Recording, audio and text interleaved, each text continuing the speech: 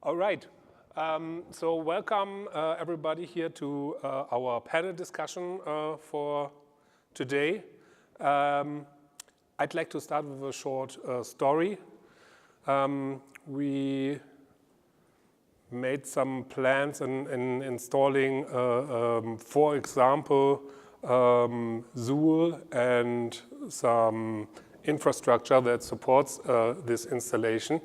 And we very quickly found out that installing something like that, a complex piece of software, is one thing, and to make that in a repeatable, reliable way is a completely different, a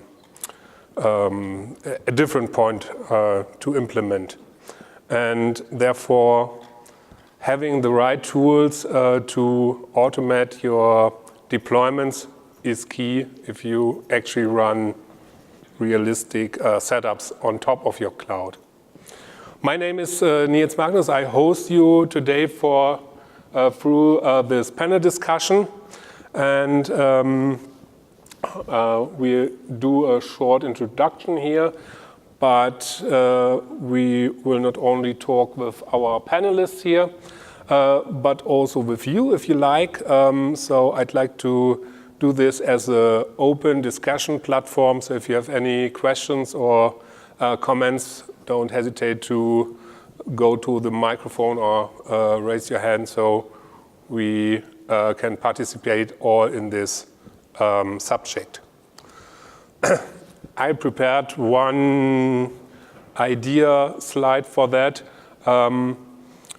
So the headline for this panel could be how to deploy workloads on OpenStack clusters.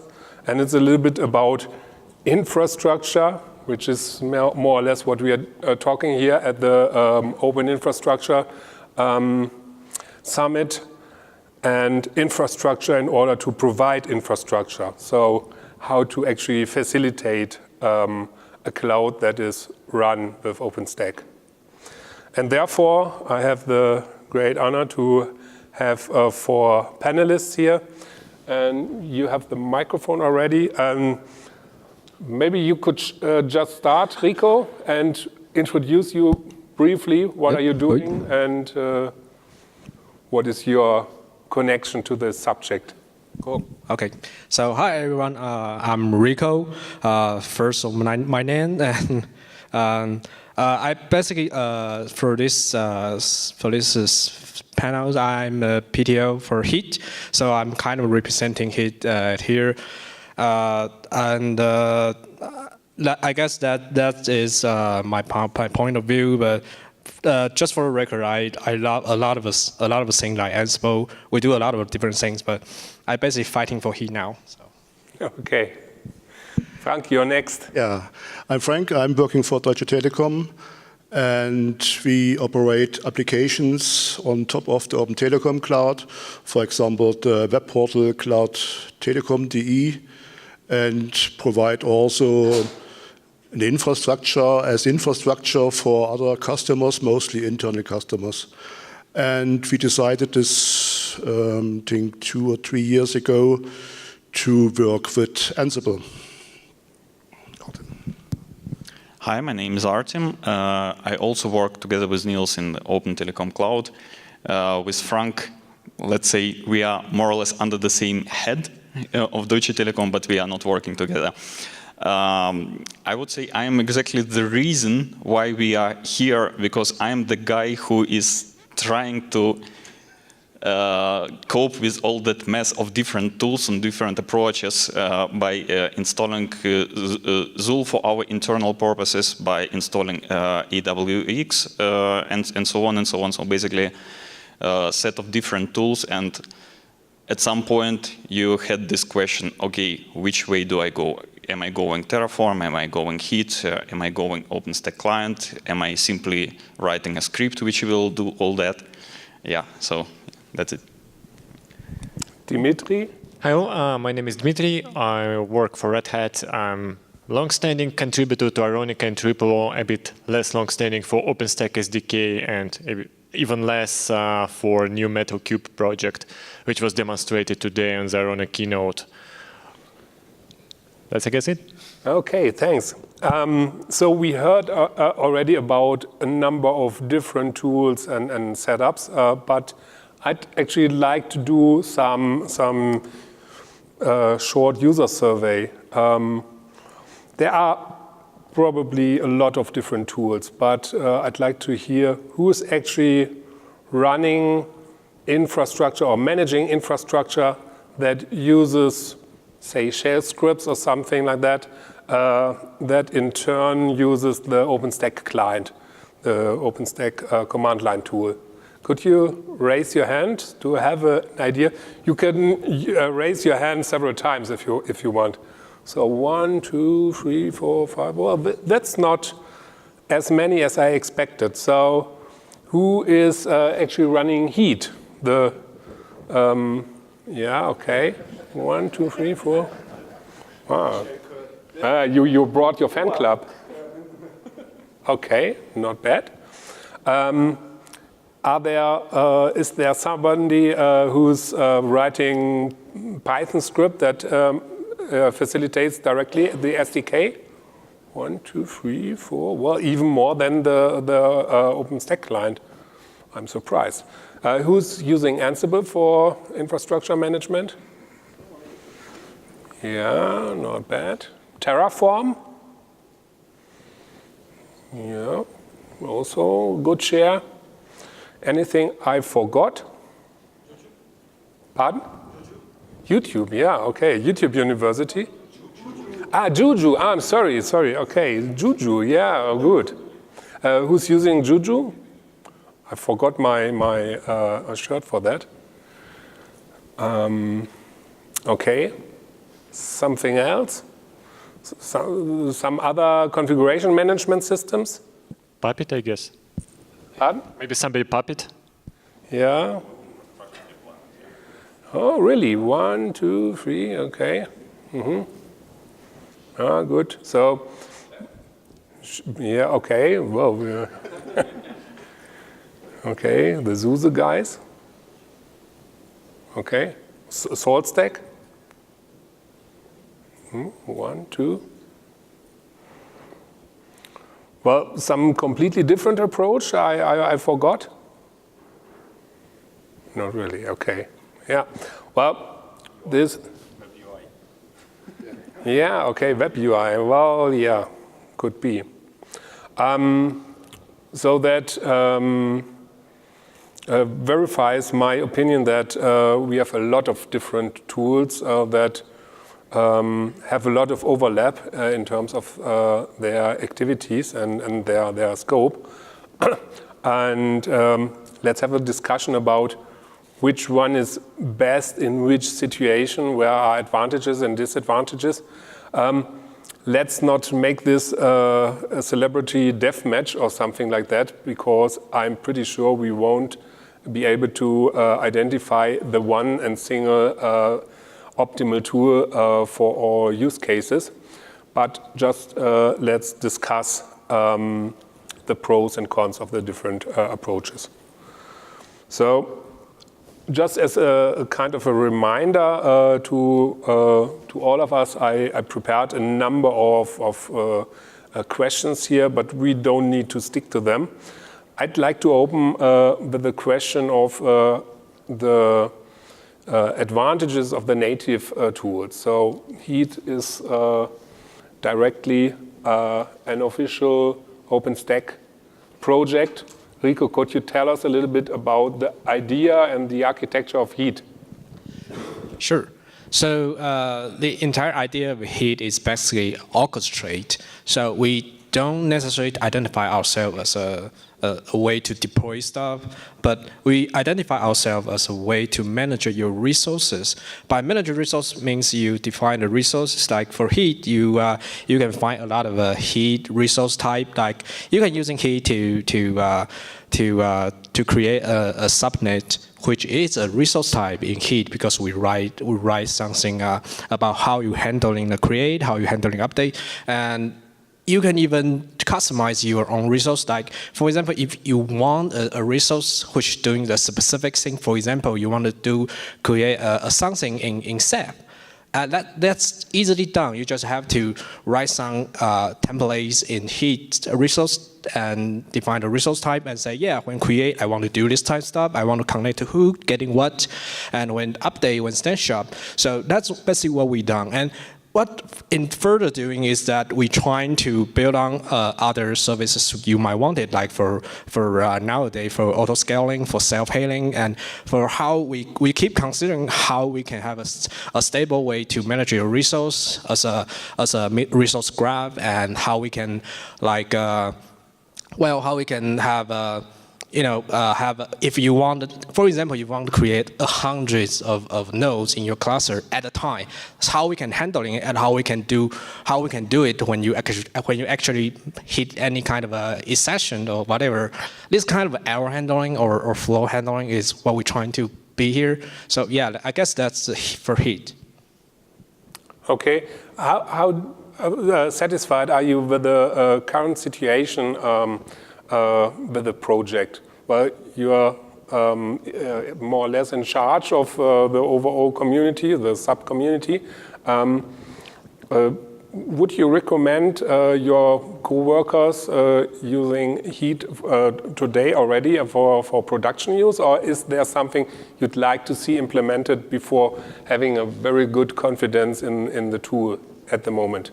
Oh yeah, I mean, yeah, Heat is like, so if you want to use it, I would say go ahead. Like, if you hit any problem, I'm so confident that you write it in the storyboard. And if we didn't fix your issues and you keep pinging and we're still not fixing it, that's our fault, and we definitely going to do it like for sure time. And now that I say Heat is getting very stable for the new release now, we have trying to spend a lot of time to stabilize it. So we even doing so for also, by the way, I'm from EasyStack. We do a lot of things around here. We have Heat draggable dashboards. We have application center. We build a lot of services around Heat, and the customer never complained about it. I guess you kind of need a little acknowledgement on how you can use it entirely, because it is not as simple as just writing a very simple Ansible, which I love Ansible a lot, but it's not like you can just pipe install Heat and Heat create this kind of stuff. You need to do something before you're using it, but eventually, yeah, that's totally production-ready stuff. Mm-hmm. Okay. As I explained, if you have any comments and would like to contribute something to the statements, just feel free, just in case you have any idea.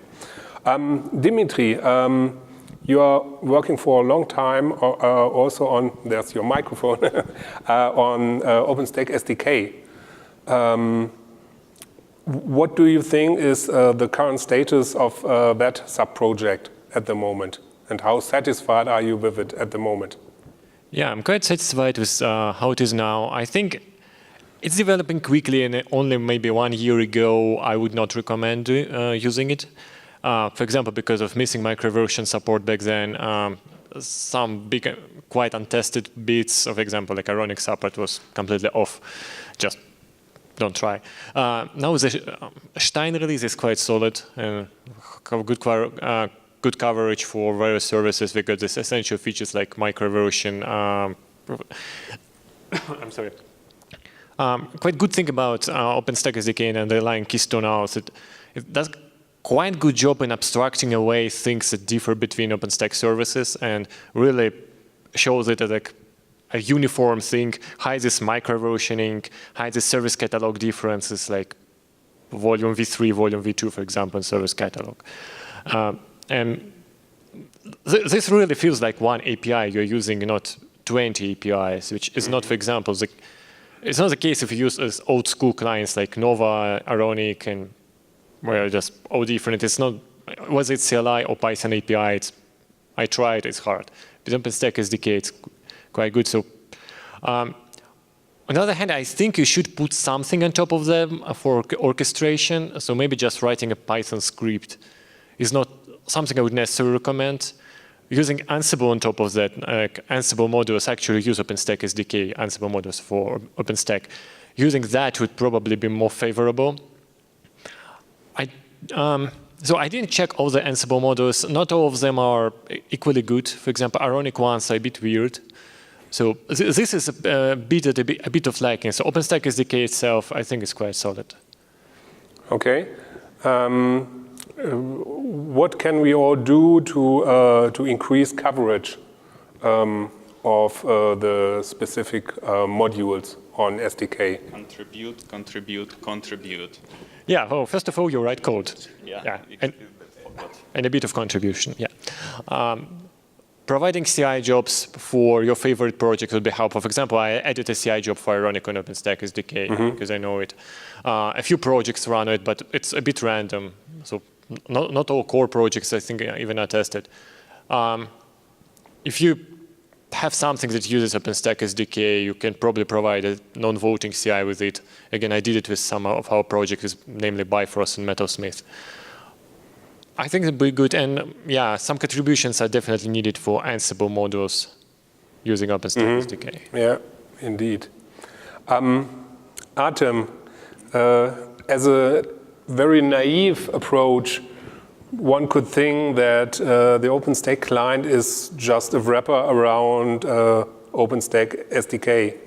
Is that the case, or is there more magic in this project? Well, as of now, OpenStack Client is not, or primarily not, using SDK.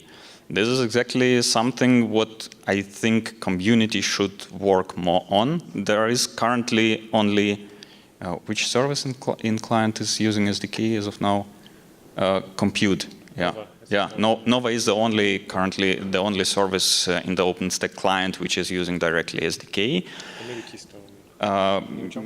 No, they are not. They are basically currently all re-implementing the APIs. And I am currently preparing, let's not name it switch, but I am currently contributing a lot to prepare to use SDK for glance service, for image service inside of the client.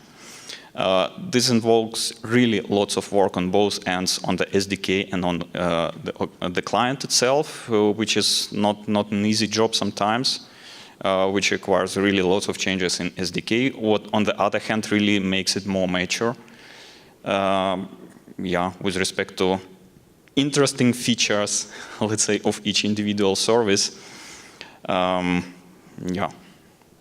Does it make sense to invest in using the OpenStack client right now, or as it's not made this switch to the actually using the SDK?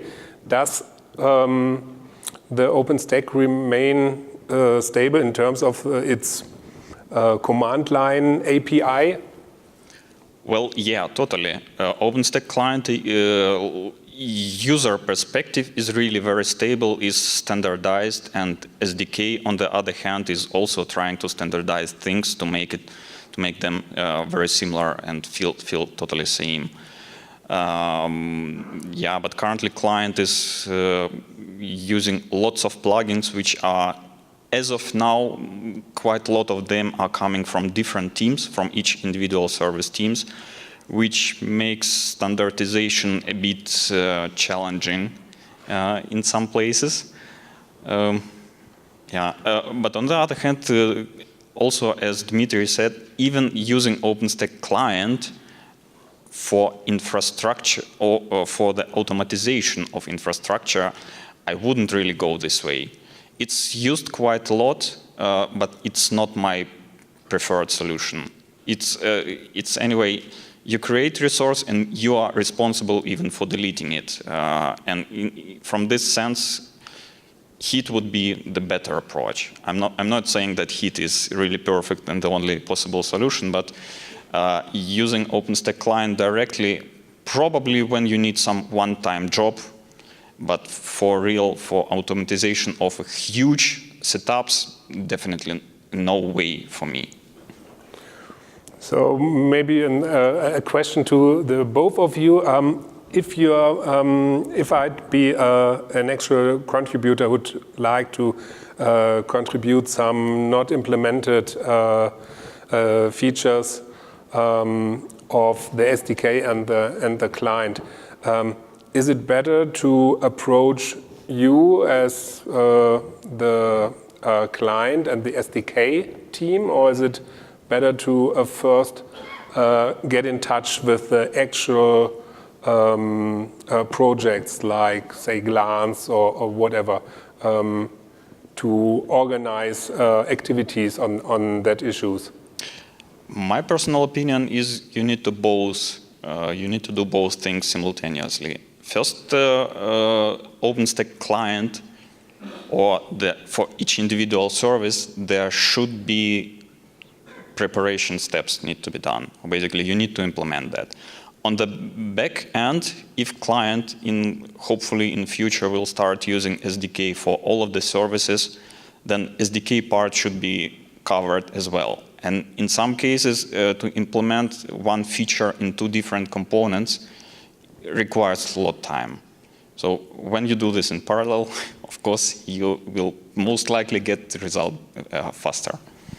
Dmitry? Yeah, I would say that OpenStack SDK is a good place for starting contributions because the code is more or less straightforward and you can go quite far with just copy-pasting. I didn't say that, but yes, you can. And there are foundational bits for complex things like microversioning, service catalog. Okay, just don't bother with it. Monty does. So Monty will fix them. On the other hand, you don't really need deep knowledge of the project. You just read API reference, and you ideally should have this project installed somewhere to play with. I know from writing actually an OpenStack SDK in Rust that you don't have to know everything. I don't know many of the projects I support, so.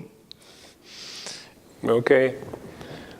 There's a question from the audience. Clemens.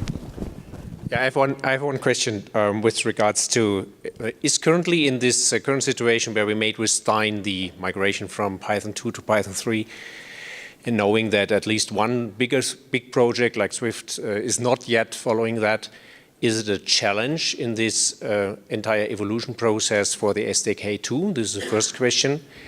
And the second aspect I would like to highlight, if you consider tools like Ansible and things like that, they are much more universally usable than only to deploy infrastructure. So can you elaborate a little bit what the limitations are, also architecture-wise, using the native tools compared to the more universal tools? A little bit. You need the microphone. Any? Yeah. So the first question about Python 3 transition, I don't remember any big challenges for us. No. But on the other hand, like the Python bits that we're using in SDKs, they are more or less, they didn't change much. For example, Swift has problems with input-output, which has changed in Python 3 quite a lot. So that's probably why. And also Swift code base is probably much faster and less uniform. So Python 3 should be fine. As to using uniform tools like Ansible, it's not really a contradiction to me, because I would personally say in ideal world you should use Ansible modules which use OpenStack SDK. They do actually use OpenStack SDK. As I said, my only problem with that is the Ansible modules are not quite complete as OpenStack SDK, and OpenStack SDK in turn is not quite complete as API. So the further you go from the API, the less features you have. And that's kind of a problem. And it's even a problem with OpenStack Client, because I think, okay, correct me if I'm wrong, the last time I checked, the microversioning support in OpenStack Client was different and not always great. For example, in Ironic, we actually have quite ugly hacks to enable microversioning support automatically. I don't think Nova does it, for example. So, yeah, that's probably the only big benefit of going more low level, is that you get access to features quicker. Otherwise, using Ansible modules is probably preferred.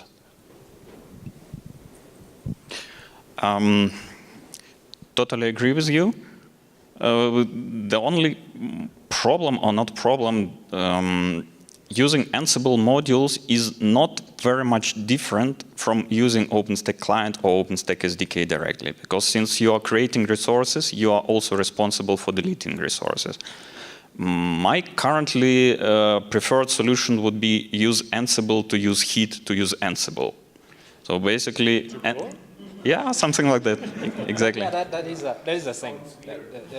It sounds weird, but on the other hand, you use Ansible is everywhere. You use Ansible just to deploy stack, Heat stack. Heat stack is provisioning the whole infrastructure, and this infrastructure, through use of software configuration or whatsoever, will pull automatically itself Ansible to do the remaining software configuration.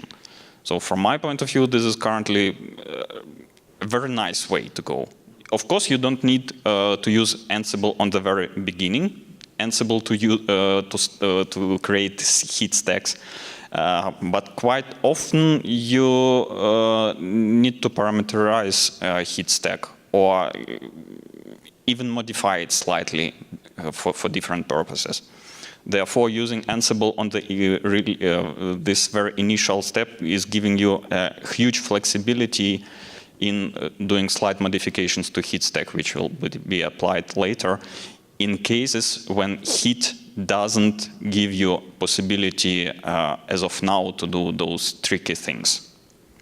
Yep. So may I just add on? So it's kind of like a very sandwich style of stuff, but it's actually something that we will actually recommend you to do it at certain level, because think about it, the use case. I want to provision a group of Nova instance. I want to do a lot of web services on top of Nova instance, or I even want to do more further on the Kubernetes or something.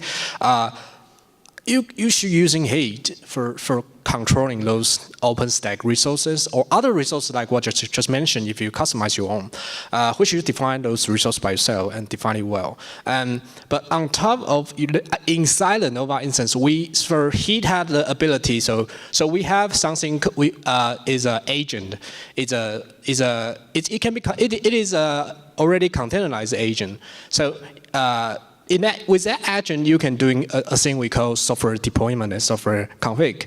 And over that, you can actually access and control things inside your instances. Like you want to run a script, you want to trigger a kubelet, you want to trigger an Ansible playbook, and which in that place we recommend. I definitely recommend using Ansible will be a smart way to, because that's what Ansible do. The Ansible is controlling those install and config stuff. It's not like you want to using Heat all the way, but inside those software config, you're just using pure shell script, which maybe not that ideal as using Ansible. So yeah, I think that is a combination there. Yeah, thanks.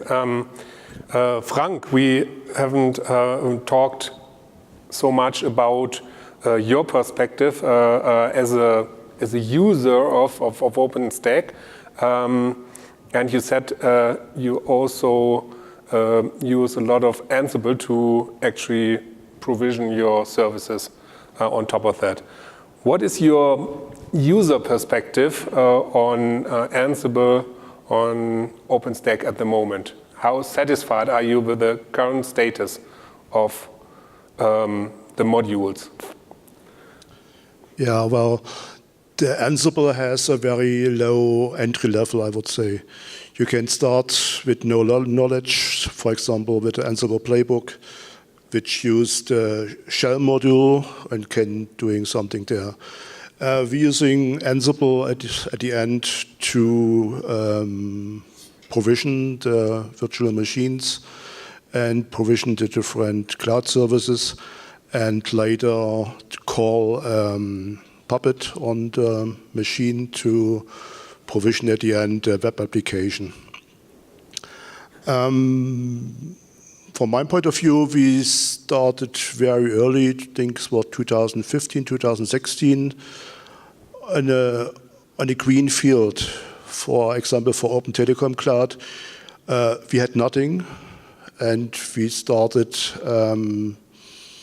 to implement something with Ansible to explain or to explore the different APIs for example, ECS API and others. So you implemented those access directly with some shell modules or something out of Ansible and kind of circumvented the then non-existent native core modules. Yeah. Sure, there are also cloud modules in Ansible, but we are still waiting for Artem that he implements this for the Open Telecom Cloud. But we can't wait of this, and then we implement this in our own way. Because that's still the problem. When you're using tools, then you have more or less maintained these tools. Mm-hmm. Yes, indeed. That's the way OpenStack works, doesn't it? Yeah. And can you give us a rough idea of the share of the existing core modules that can be used for your work today, and how much need to be implemented by your team yourself? I think for the core features, it's possible now, like Bootstrap VM with compute module from OpenStack module on Ansible. That's still possible. But there are lots more services on Open Telecom Cloud beside the core service. Like at the end, for example, RDS module for implement database services. And this is on top of the normal core modules. Mm-hmm. Okay. So we know any questions regarding Ansible at the moment? So we have to keep track a little bit of the time. I'd like to address a question about Terraform. Is somebody using Terraform, or maybe from the audience who'd like to contribute something to that? Has anybody from you contribute using Terraform to set up infrastructure? What is the current status? A bit to come back before Terraform. I think what Frank was trying to explain here for public to understand more, the real problem starts when you are not using upstream and when you are using downstream version. In case when some of your services are modified in your cloud of choice, in the case when this cloud provides more services than upstream OpenStack does, you are in trouble. This is currently not possible in HEAT that easy. It is not that easy possible with Ansible. You need to enhance OpenStack SDK in some way that will address all those changes. And I think the same is valid also for Terraform. Basically, here all those tools are on the same position. As soon as you differ a bit from upstream, you have already difficulties. Okay, as you mentioned that. Okay. And they're well-deserved difficulties, so to say. Yeah.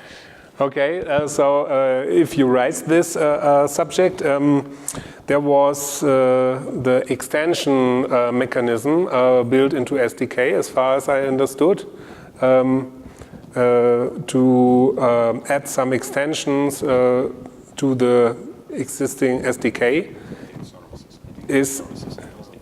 Is that a good approach to implement, or what is the status here? So, yeah, if I guess it right, it's not like really. So the change that was recently, I think, added. Did it merge? Yeah, merge.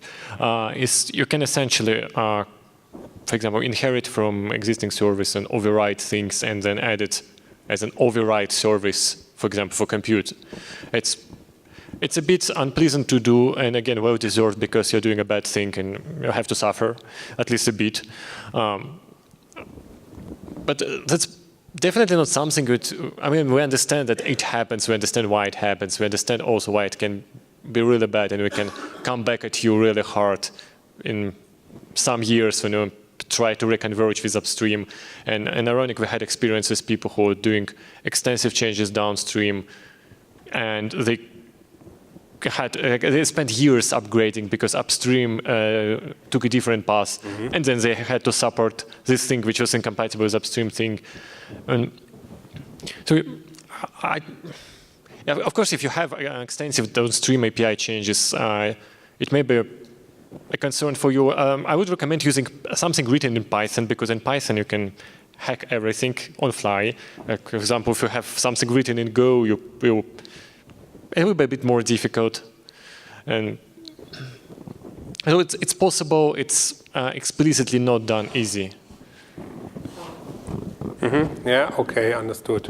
But then the problem starts when you are using Ansible. In case you are doing those downstream changes in the core services, and you need to learn your Ansible module or Terraform module or even Heat to accept even new parameters, you have already difficulties in that SDK doesn't support it. Or, in case when this is totally new service, it's not that complicated. Let's say it's manageable. You just write SDK, you just write a new Ansible module, a new Terraform module, and start using things you have done. But when you extended already existing system service, then it's not that easy. Okay, yeah. Probably a question to the public, how much people are using really downstream changes? API, let's say API changes. Yeah. How much are using OpenStack with slight modifications? 1, 2, 3, 4, okay. So, and you implemented those changes yourself or some service provider? Is there some feedback from that? A mix, okay. Are these just backports of newer features or like completely different functionality, especially for you? Yeah, it was functionality for us. It was functionality-wise. Yeah. So just to repeat that for the recording, okay. Good. How many of you have break-in changes? Oh, changes that are not compatible with upstream API. Okay. Which makes it, again, a bit problematic thing which we, as a community, might need to address upstream. How do we enable upstream to, even in the very hacky, ugly ways, but still to enable customers which need those changes to still be able to using Ansible, Terraform, Heat, or whatsoever. That's probably something we need to address, we need to think about. So I guess I can have an opinion because in ourselves, we also have some API changes by ourselves, and we also like introduce those around the services, even using Heat. So here's the thing that so for upstream, I mean, those upstream guys, they are like, no, we don't want this only for your stuff. Yeah, like, but the thing is that there is still possibility that you can using Heat by yourself and add on your own resource type. I'm not going to say it's just like this. I'm not thorough, but but there is still a possibility to do so. And also, in terms of like when you want to using something like with Terraform, since we're talking about Terraform here, there is some piece missing that, and we're kind of sorry because we just recently aware of this kind of thing because you cannot using Terraform to access to Heat or with Heat auto scaling, which is something still missing. And that unfortunately true. So if I'm the user, I will be very confused. If I'm using Terraform, I have new thing add-in, but I cannot using Heat to do so. Even I have my own customized Heat resource type, and they will be adding more things, more complicated. And on the other hand, if I'm not using Terraform, I'm only using Heat. Heat just introduced the multi OpenStacks. I mean, you basically can orchestrate across different kind of different OpenStack clouds. We just introduced this kind of feature instead in the new release. So if I'm the user, which I'm possibly not going to using Stan right now, that will be like very hard for me to actually trying to have this kind of a real application stuff and to introduce in my own environment, and not even mention about my cross OpenStack resource type thing would be very difficult to do. So yeah, there are missing pieces and they are just introduced pieces.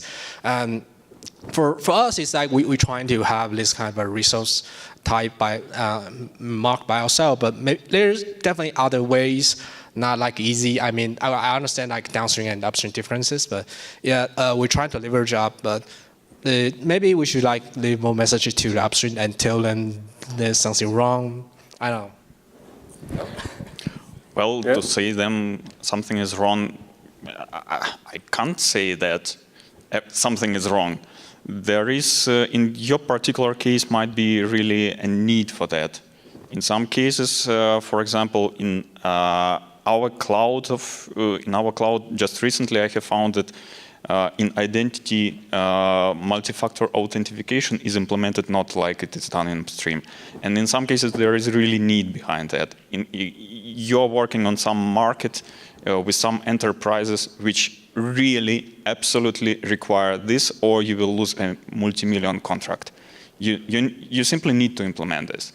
And on the other hand, you need later to enable those customers for whom you did this you need to enable them to use Ansible, even in Ansible adding this new attribute, or in Heat that you can use this attribute.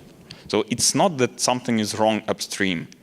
This is more that you need something which is not implemented upstream. And here, definitely, we will have discussion with upstream. Doesn't make sense to be implemented globally for everyone. And quite often, we will definitely hear the answer, no. And this means that, on some hand, we need to give possibility for those things to be implemented. So yeah, so maybe I just give a very quick answer here. Yeah, well, go ahead. We are slightly running out of time, but do your answer. Do a quick one. So yeah, so the answer will be like, so yes, you can have your own resource type, and sorry, I'm kind of nervous. I forgot the question here, but yeah. So anyways, like so yeah, upstream and downstream there are differences. So the thing is that you either keep pushing the upstream to your goal, and on the other hand, it's always welcome. You can contribute your own resource type to Heat. I mean, we have other places to put in, like you can put it in the Heat templates, which you can put it like, here's an example for using staff, here's an example for using others. Adopt it. And we're definitely going to establish it because that's a template. The thing is that upstream is about we have to guarantee that for everyone. We have to build a gate job to do it. So that might be the tricky part, but I would definitely encourage you to keep upstream it. So. Okay, thanks a lot. So as mentioned, we're running out of time. I guess we can close this panel with a strong vote to do as much upstream activities directly in the community and to foster a broad foundation of our tooling we use every day to set up infrastructure on top of infrastructure. Thanks a lot to the four of you. And I guess if there are still any questions or any comments, we can meet in the hallway. Who of you stay here for the PTG? There's probably also going on a lot of discussion in this field. So thanks a lot. Thanks a lot to you, to the audience, and have a great Open Infrastructure Day.